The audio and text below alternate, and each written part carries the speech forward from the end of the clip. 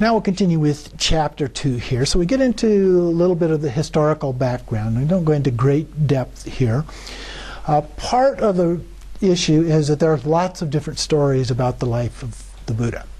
And so a big part of those are what we would consider to be legend or myth.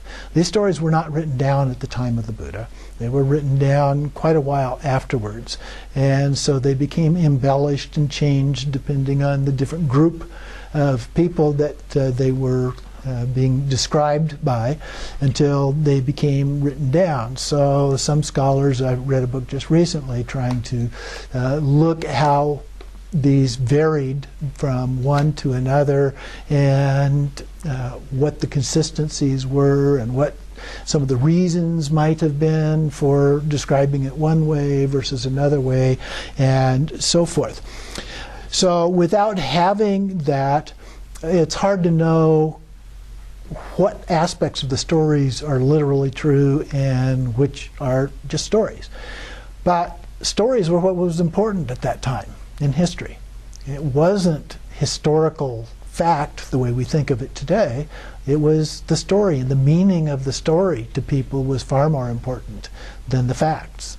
And so that's why we get the kind of stories that we do. They have this mythical and legend kind of an element to them because that was what was meaningful to people as a part of that. So they would tend to recall the various deeds and sayings of the founder of a particular religion, whoever that happened to be. Sometimes they became embellished and augmented with other kinds of information as a part of that. In general, there, though, are two basic approaches of what have been used. So in the Theravada tradition, the path of individual liberation, they tend to look at the Buddha as a human teacher with human limitations and abilities, and died just as you and I eventually will die. But in the Mahayana tradition, they took a different approach to this, and he became a transcendent cosmic figure. And so he surpassed all of the great gods in his abilities. He didn't really die. He still appears to people. And there are just countless variations of these stories that were developed as a part of this. And he was remembered then for how he personified the various myths and symbols of the culture that was trying to describe that, their assumptions, their doctrines, and so forth.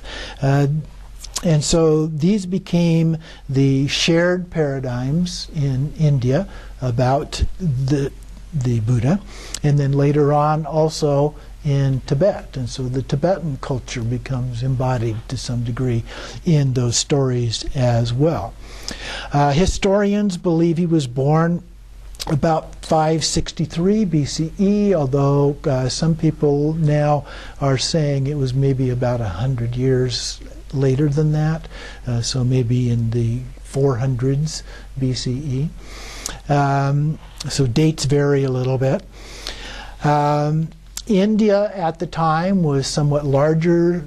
India didn't exist as a country at the time, but the area described as India was bigger than what we look at today. It included Pakistan, for example, and Nepal and Bhutan and Bangladesh and that whole area of the subcontinent as a part of that. It consisted of a lot of small principalities. We think of the Middle Ages of Italy and all of these little principalities. Well, that's kind of the way India was at that time as well.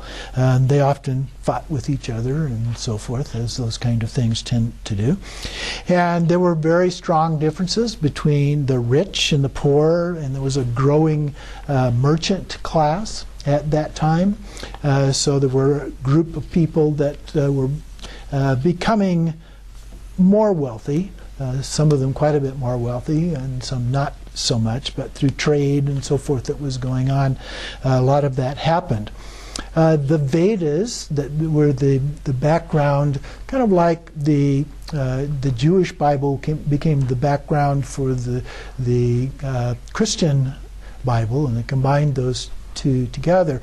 The Vedas are kind of like the background for the Hindu religion, which became codified in other writings, the Upanishads and the Bhagavad Gita and those kind of things. But the Vedas were very popular. The Vedas, there's 4 Vedas, and they had all been written during the period of around 16th to 6th century BCE. So all of them were written before the time of the Buddha. Very ancient texts. They look at the concept of Brahman as the ultimate, if you will, and out of that comes all things, and into which all things then return. And then they also include the principle of a permanent soul or self that the Buddha addressed later on, that were identical with Brahman. Those were called Atman. And then one would pursue moksha, or liberation. Became translated as enlightenment, but the people who were translating as enlightenment were heavily influenced by the European idea of enlightenment. And so that word actually, it's another one of those words that are used a lot, but has a real different meaning than what we're talking about here. Liberation is a much better word for that. And then these would free one from attachment that binds it to samsara. Samsara is this rebirth, a series of rebirths that beings go through. This endless cycle of life and the source of unhappiness, and it also follows the laws of karma. So you can see a lot of these words, a lot of these principles that became a part of the tradition of Buddhism as well. It wasn't like it just popped up in its complete self-entity. It was a part of what else was going on at that particular time. There was a rigid caste system as a part of that, and they had various rules and rites. In fact, the Vedas have a lot of rules and rites as a part of that. And the idea was to follow the Dharma to achieve liberation. And so the same idea came across in terms of Buddhism as well, although the particular Dharma was different. The spiritual life at this time was considered focused of the Brahmin class. I mentioned the different class in the caste system, and the Brahmins were the ones at the top, and so that was what they were to focus on. And the spiritual life, though, was focused on primarily in ritual aspects, and so they had various things that they did consistently with prayers and rituals and so forth. But people were becoming a little discontented with that. You had to go pay them to do those rituals for you. You couldn't do anything for yourself. You had to go to the Brahmins and get them to do that for you. And so people at this particular time were becoming somewhat discontented with that. And there were other traditions that were developing at that time as well. One that was perhaps the most important in terms of Buddhism was one called the shramana movement. That competed with those views of the Vedas. They overlapped to some degree, but they also were a competition. It's basically an ascetic tradition. Not all parts of that were, but that was one of the key characteristics, was they were ascetics. And they believed that the stronger the asceticism, the quicker you would achieve this liberation. And so extreme forms of asceticism were often practiced as a part of this. And this was one that the Buddha adapted to some extent. He did practice it for a longer period of time. We'll talk a little bit about that.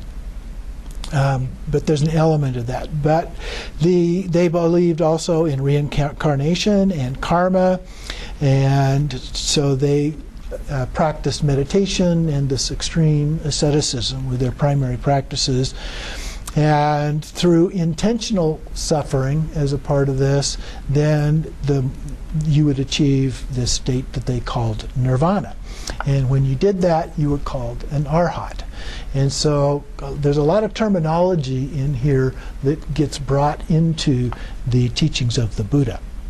So the Buddha, who was born as Siddhartha Gautama, it's probably Gautama, was born in what is now part of Nepal, and although the kingdom, if you will, principality that he was a part of is actually down a little bit from that. I'll show you a map here of India. So this is India, modern day India, so Pakistan over here, Nepal here, Bangladesh, Bhutan. And so he was born in Lumbini, which is right up here. We're almost on the border of Nepal and India. And Kathmandu, everybody knows about Kathmandu, is the capital of Nepal. It's over almost directly east from Lumbini, but more up into the mountains at the foothills of the Himalayas that run along there.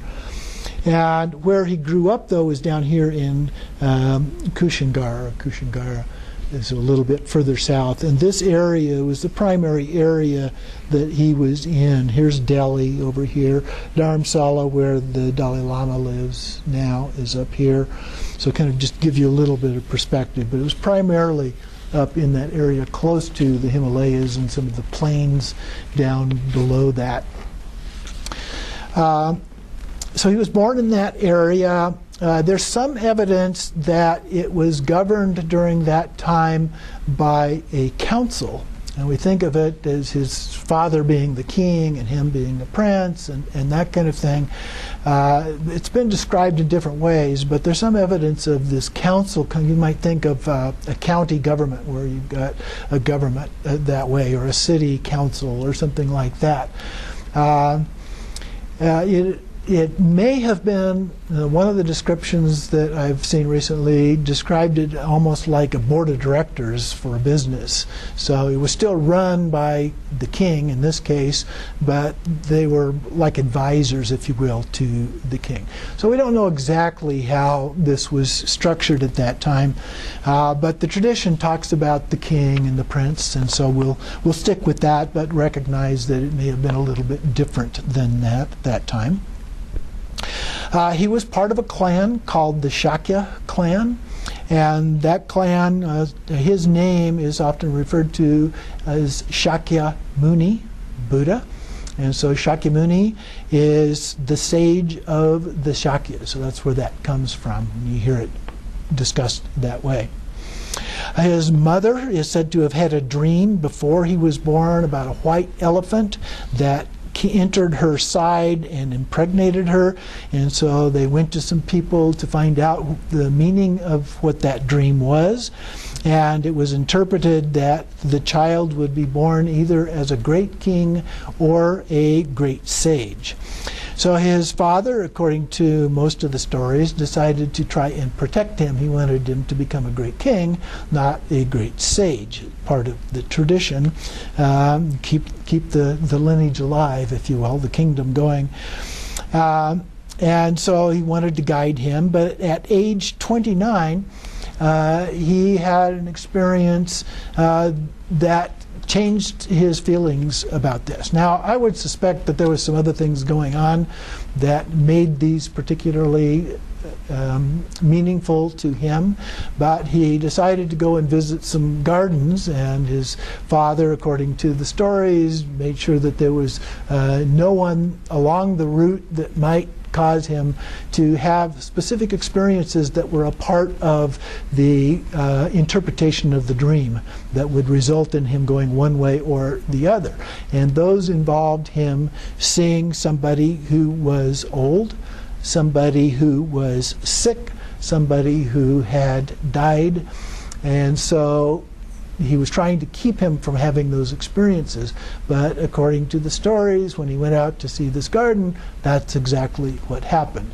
Now, some of them put all of those things together, along with the fourth one, which was seeing a mendicant monk.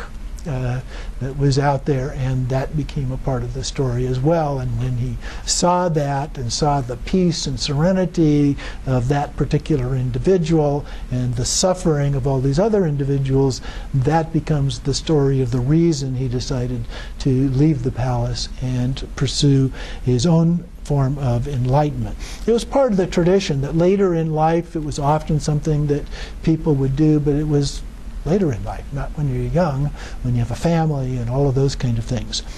And so he is said to have gone out, and he had 2 different teachers. He mastered, accomplished the teachings that they had to give on meditation and so forth. And as I mentioned before, he did not achieve, or he did achieve, mastered each of those, but he was not satisfied. He was still dissatisfied and went on from the first teacher to the second one. Same thing happened. He was still dissatisfied, so he joined a group of 5 other ascetic, went into the forest and spent 6 years meditating with them, trying very extreme forms of asceticism to achieve enlightenment. Almost died.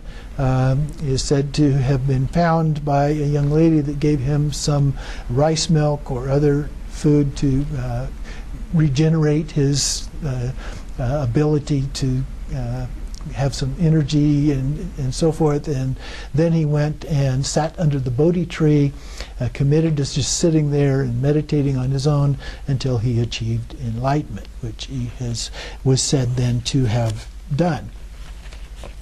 A part of what he learned in this process, initially when you would come to one of these teachers at that time, the first thing he had to learn was about ethics. And I've mentioned that a couple of times, but that really becomes the foundation of all of this, is the ethics. And so that is a very important part of what we learn about. The second thing that they had to learn was motionlessness. Okay? Being able to sit perfectly still without moving at all. And so looking at body, speech, and mind, all 3 of those elements. So you need to be able to sit still, and not to speak, so that part of the motionlessness. And then the mind was still as well, so not jumping around thinking about thoughts, what we call monkey mind in terms of meditation. So being able to control all 3 of those was very important, preliminary. And then they went through, and there are 4 sets of meditation practices. A 5th one has been added in the Theravada tradition as a preliminary to that, which is called access concentration. So it's a learning to be able to concentrate at a level that allows you to get to the other 4 levels as a preparation for that. But the first of the traditional ones, called the 4 jhanas, or jhanas,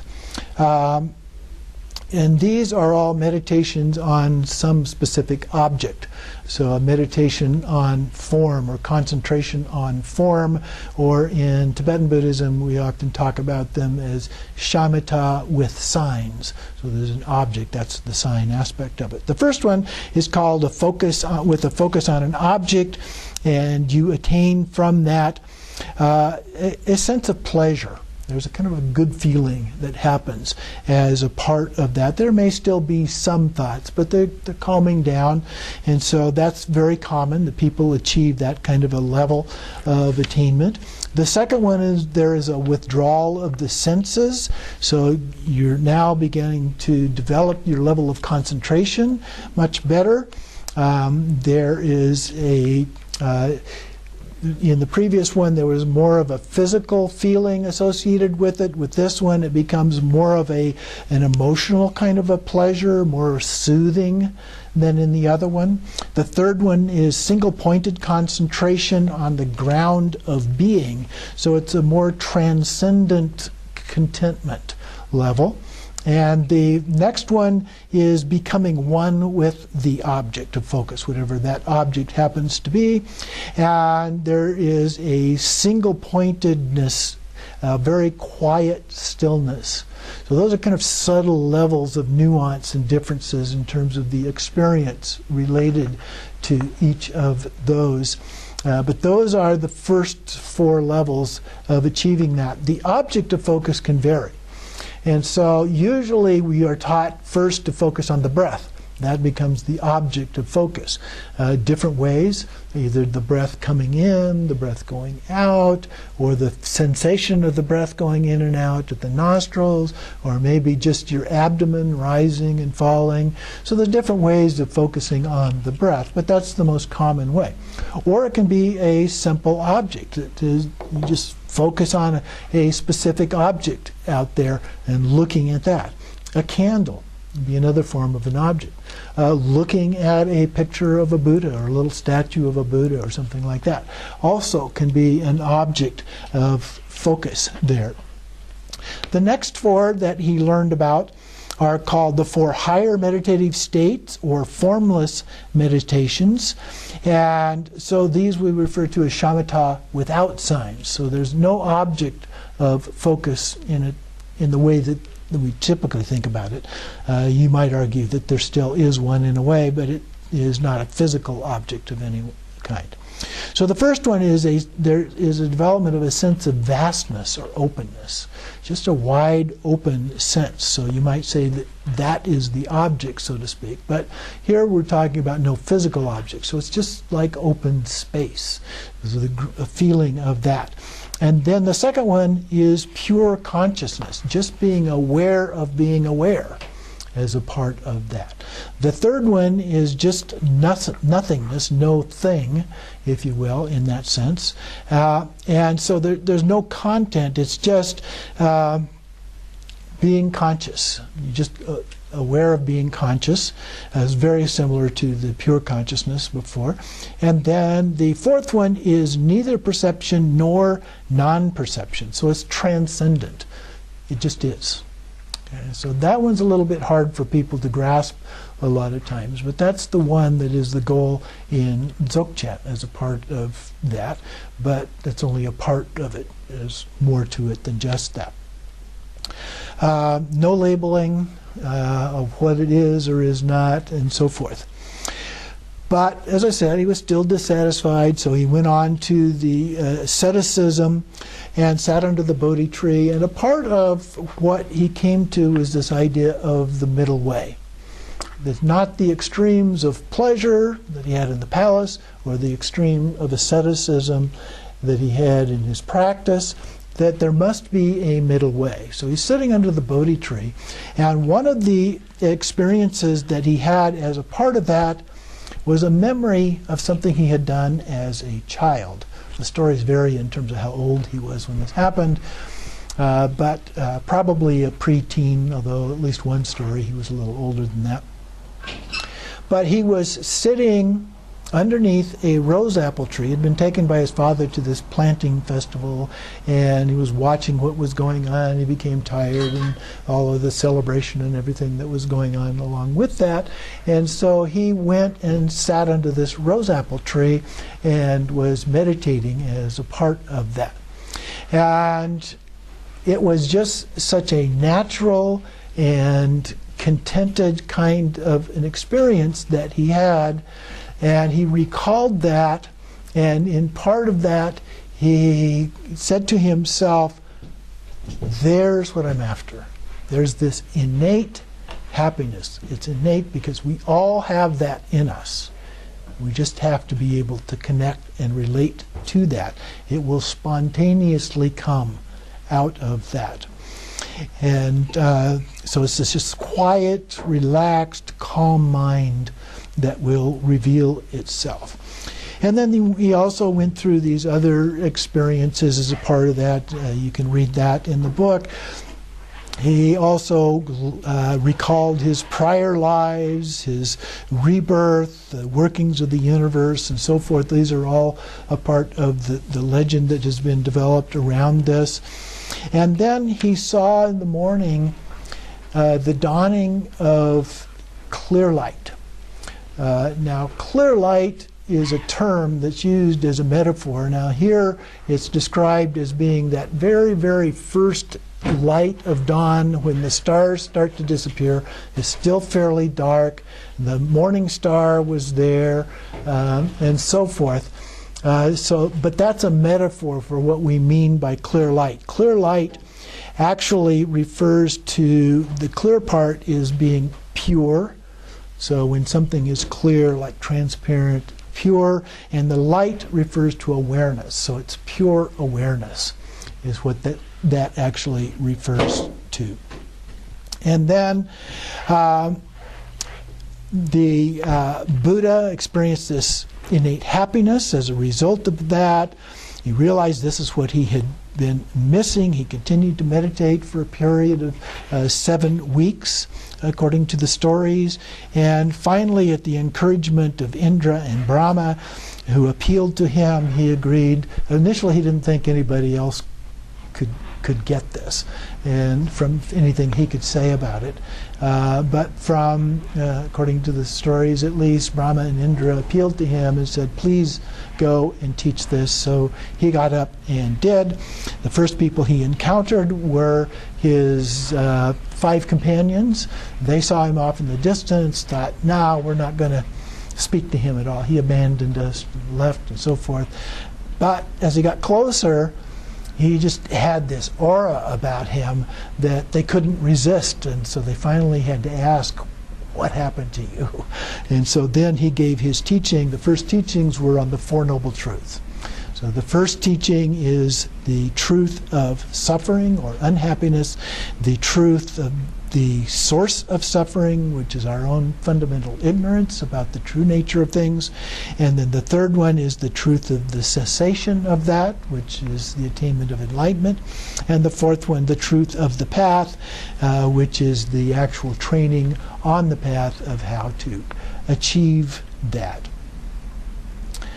So that is what we're going to look at today, and we'll come back next week and we'll begin looking at a little bit more depth of the path and what some of the different aspects of the teachings on the Four Noble Truths actually were, and so forth.